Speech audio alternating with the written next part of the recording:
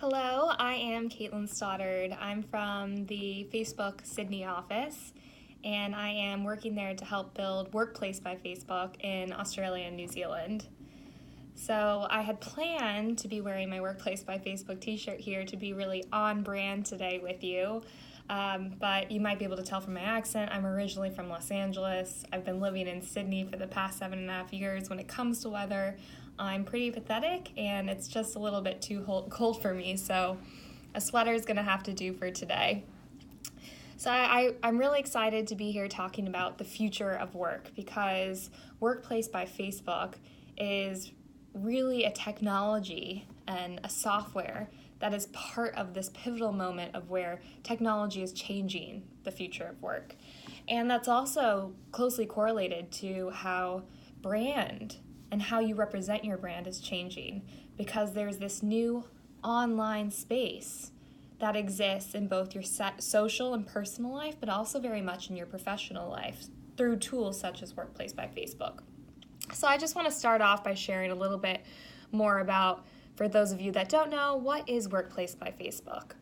So I want to start by having you pause and really picture yourself at work. I'm going to bet that most of you are sitting behind a desk with a laptop, and it might not be in a traditional office, but you're in a setting very similar to probably what a lot of your peers in this room are imagining themselves in. I'm from our Facebook Sydney office, and it's not a traditional office by any means. We have its quirks. We have exposed ceilings. We have chefs cooking us beautiful meals in our cafeteria. Definitely not traditional, but fundamentally, I'm in an office with my laptop working normal business hours. But this isn't actually normal. We have 3 billion people going to work every single day, and the majority are not in a traditional office setting.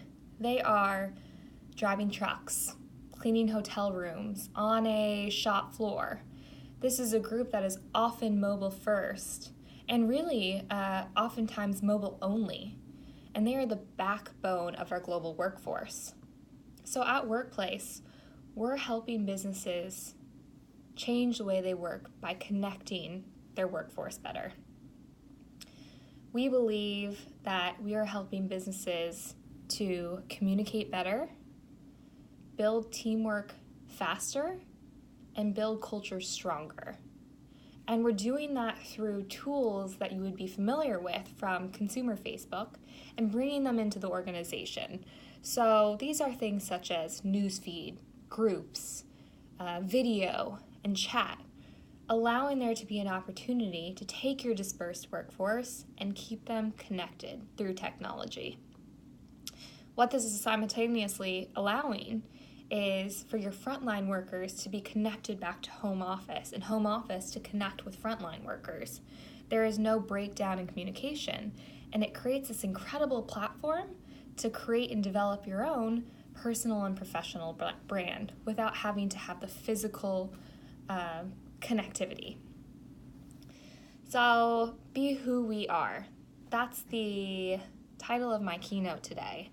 And I want to share a little behind why I chose that as the title when it's talking about personal and professional brand.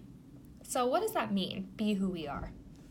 Be who we are means being and showing up as the most authentic version of yourself in every interaction, every conversation, no matter what medium that you're having. To me, there is no distinction between personal and professional brand, because truly, every interaction you're having is a representation of your brand, period. Be who we are is a phrase that my grandpa Freddie actually created, and my grandpa, Fred Siegel, created an iconic fashion retail brand. And the key is the word brand. He didn't create a fashion retail store. He created a brand. And how he created that is he took his personal brand, his core values and behaviors and vision, he brought that into the workplace. He believed in authenticity, diversity, acceptance. And he actually would hang all over the stores, like you see in these pictures. these phrases that he believed in, such as be who we are, love one another. And it really created this feeling behind the brand. And that's what's made it and allowed it to be so iconic. So when my little sister Molly had the opportunity to actually launch a new Fred Segal in Malibu about a month ago, there was so much buzz and excitement to come and see the new store and be a part of the opening. But not to shop, really to feel the brand. And that's so important. He wanted this to emulate a feeling based off these core values. And that is personal and professional brand merging into one. Of course, this is passed down to my dad, who ran the brand for so many years, and to my little sister, who I mentioned has launched a new store, and to me, it's my foundation. These are some of the values that have made me who I am today and that I bring into part of my personal brand. So what is personal brand or professional brand, whatever you would like to call it? Excuse me. So your personal brand is your sense of self or identity. It's really what makes you, you. And it's that point of differentiation or your unique value proposition that helps you stand apart from the crowd. And you want to take this unique selling point that you have and figure out how that emulates your brand and how you can consistently represent that across all of your different mediums, whether it's social or professional, and ensure that it creates a reputation that you want to have around you, so that when someone is looking for someone to spearhead a project, for example, your brand comes front of mind as the person that's going to take that over. It's this mark that you leave, and the mark is a combination of the knowledge that you have, the purpose that you're driving towards, and the passion you're putting behind it. So a way that I really like to visualize this is as a star. So often companies or even teams are constantly working towards something that we call the North Star. And how I see brand is this is your personal North Star that you should constantly be striving towards, your brand. At the heart of this brand are your core set of values. That's the heart, driving the 5 other principles that help make up and shape your brand. So first, focus on those core values. We have other things such as your purpose. So this is your internal vision or almost your mission statement that you're working towards. Behaviors.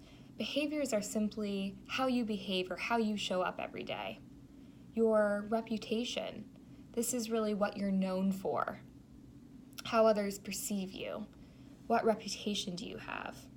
Your image. This is a combination of your appearance, your body language, your communication, and of course, as we're in the future of work, your online brand.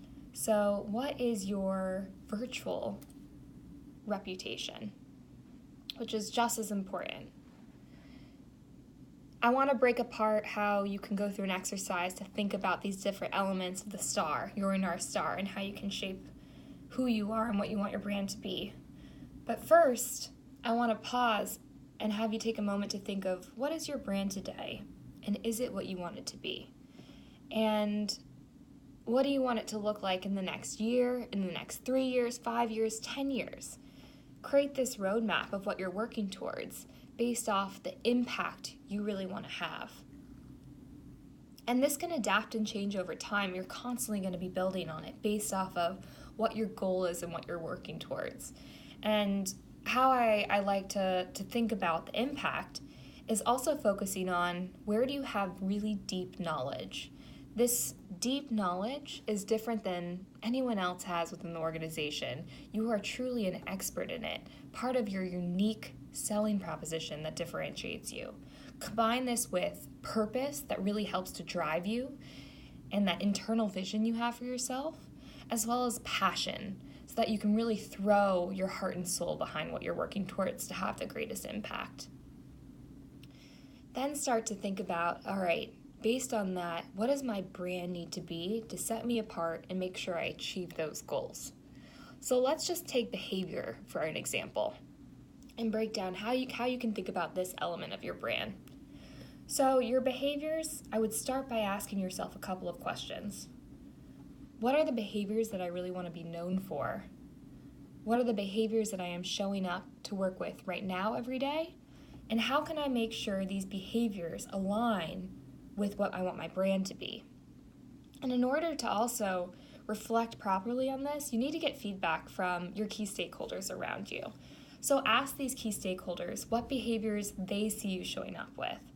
And there are probably going to be a combination of ones that you definitely want to be known for that they can see, as well as ones that you want to be known for that aren't identified. So I would log that, make a list of the behaviors that you're not showing up with currently, and then pick one. We are human. We're not great at multitasking, and that's okay.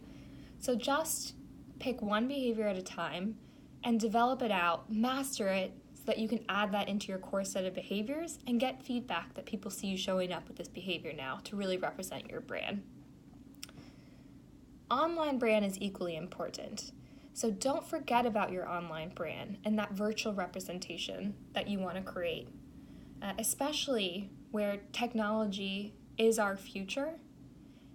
You're going to be creating your brand across so many different platforms, and social and professional and your personal and professional are gonna merge into one. So be conscious of what your online brand is representing and make sure it's very much in alignment with how you're showing up every day in the physical presence. So with your online brand, a couple things that I would recommend you think about is, what is your online brand saying about you right now? What are other people saying about you in the online space that contributes to your brand? And then I would also consider picking a couple of influencers. These could be social influencers that you admire, or professional people in the workplace that you really look up to, and following them. So I, for example, use Workplace by Facebook to follow a couple of our leaders at Facebook that I really admire and respect, look up to, and want to emulate some of the activities they're taking. So I follow all of their content. I watch when they're posting, how people are reacting. And I take parts of that and try and bring that into the way that I'm communicating on Workplace by Facebook and how that's going to actually help to build my professional brand. The other thing that I would do is look at what you're not doing online and how you can actually add to your brand online through different mediums of content and sharing that is consistent messaging across all these different platforms. So what more can you do? I just want to wrap up with saying, when I think about brand, again, I don't think there's any distinction between personal and professional, because I truly believe every conversation you are having, every piece of content that you are sharing, every interaction that takes place in your life is you sharing and building your brand. So be conscious of this. Be conscious of what your brand is and make sure you bring this to every interaction you're having. Make sure you show up as you, your authentic self. So as I close for today, I want you to leave you with thinking about a couple of things. Think about, what is my brand today? What do I want it to be? And how am I going to get there? Use some of the practical exercises that I've shared. Maybe draw out your North Star that you want to work towards. And then once you get there, be who you are so that collectively we can be who we are. Thank you.